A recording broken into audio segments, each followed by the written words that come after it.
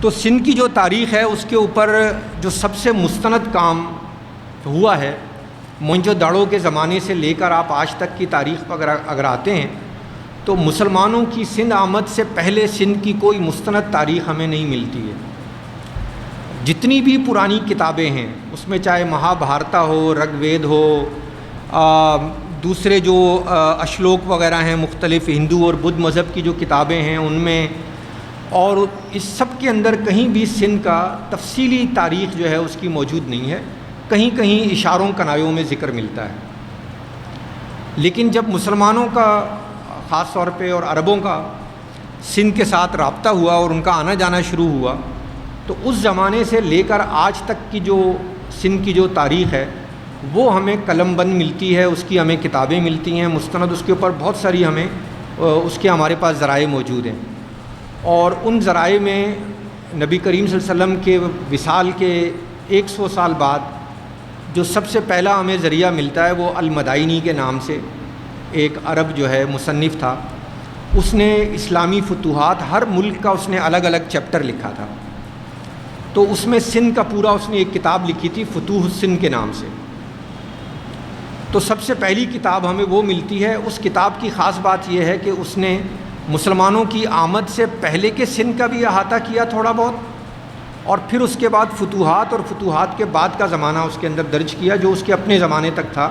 یعنی نبی کریم صلی اللہ علیہ وسلم کے وصال کے کوئی 100-150 سال بعد کا۔ المدائنی کے بعد دوسری سورس ہے البلادری یا البلازری۔ البلازری جو ہیں وہ تقریباً 200 سال بعد کی بات ہے۔ پھر اس کے بعد طبری ہیں، ابن خلدون ہے، ابن حشام ہے، یہ سارے عرب آتھرز ہیں جنہوں نے عربوں کی سندھ کی تاریخ پر لکھا ہے۔ ان عربوں کے علاوہ ہمارے پاس سندھ کی معلوم تاریخ کو جاننے کی کوئی سورس نہیں ہے، دوسرا کوئی ایسا ذریعہ نہیں ہے، کوئی سندھی مورخ، کوئی سندھی ادیب، کوئی ہندی ادیب،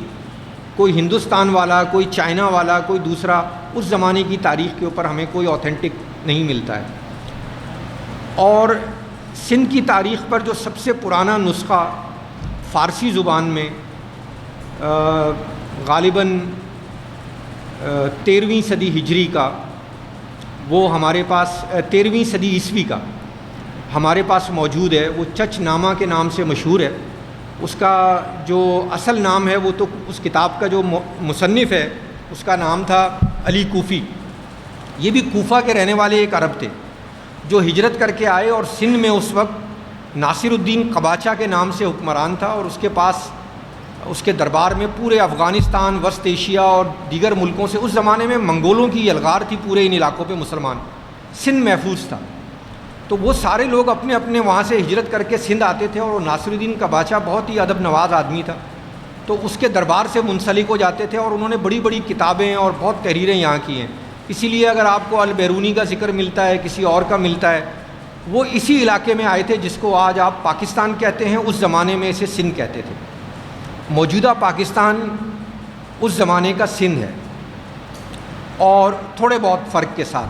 کچھ ہلکی پھلکی جغرافیے میں تبدیلی ہے، باقی جو کچھ آج موجود ہے پاکستان میں یہ سارا سندھ میں تھا۔ کشمیر سے اس کی سرحد ملتی تھی، پشاور سے اس کی سرحد ملتی تھی، قندھار سے اس کی سرحد ملتی تھی، یہ سندھ تھا۔ ملتان تو ان کی راجدھانی تھی، کیپٹل تھا، وہاں سرحد نہیں ملتی تھی، سرحد کشمیر سے ملتی تھی، دوسری طرف ایران کے شہر کرمان سے ملتی تھی، یہ سارے وہی علاقے ہیں جو آج پاکستان میں ہیں، یہ اصل سندھ تھا۔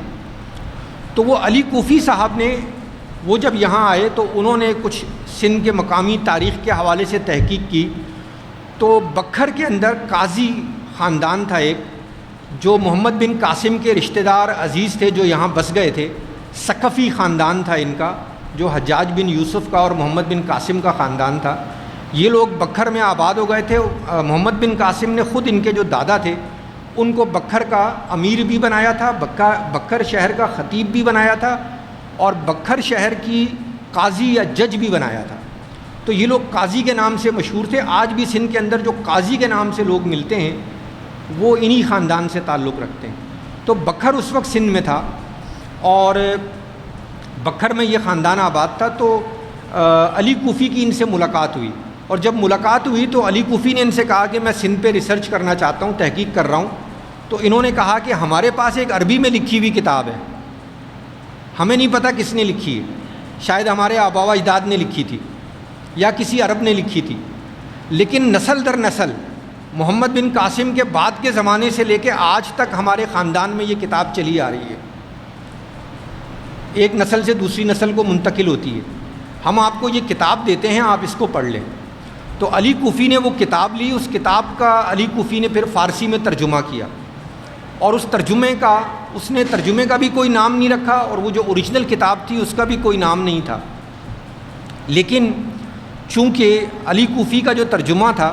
اس کے ابتدائی جو چیپٹرز تھے اس کے اندر سندھ کے پہلے اور عظیم الشان ہندو راجا جو تھے چچ، ان کا تذکرہ تھا۔ تو عام لوگوں میں اس زمانے کی روایت ہوتی تھی کہ اگر اکبر کی کہانی ہے تو اکبر نامہ، فردوسی کی کہانی ہے تو فردوسی نامہ، تو چچ کی کہانی تھی تو چچ نامہ کے نام سے وہ کتاب مشہور ہو گئی۔ اور پھر اس کتاب کے اندر جگہ جگہ پر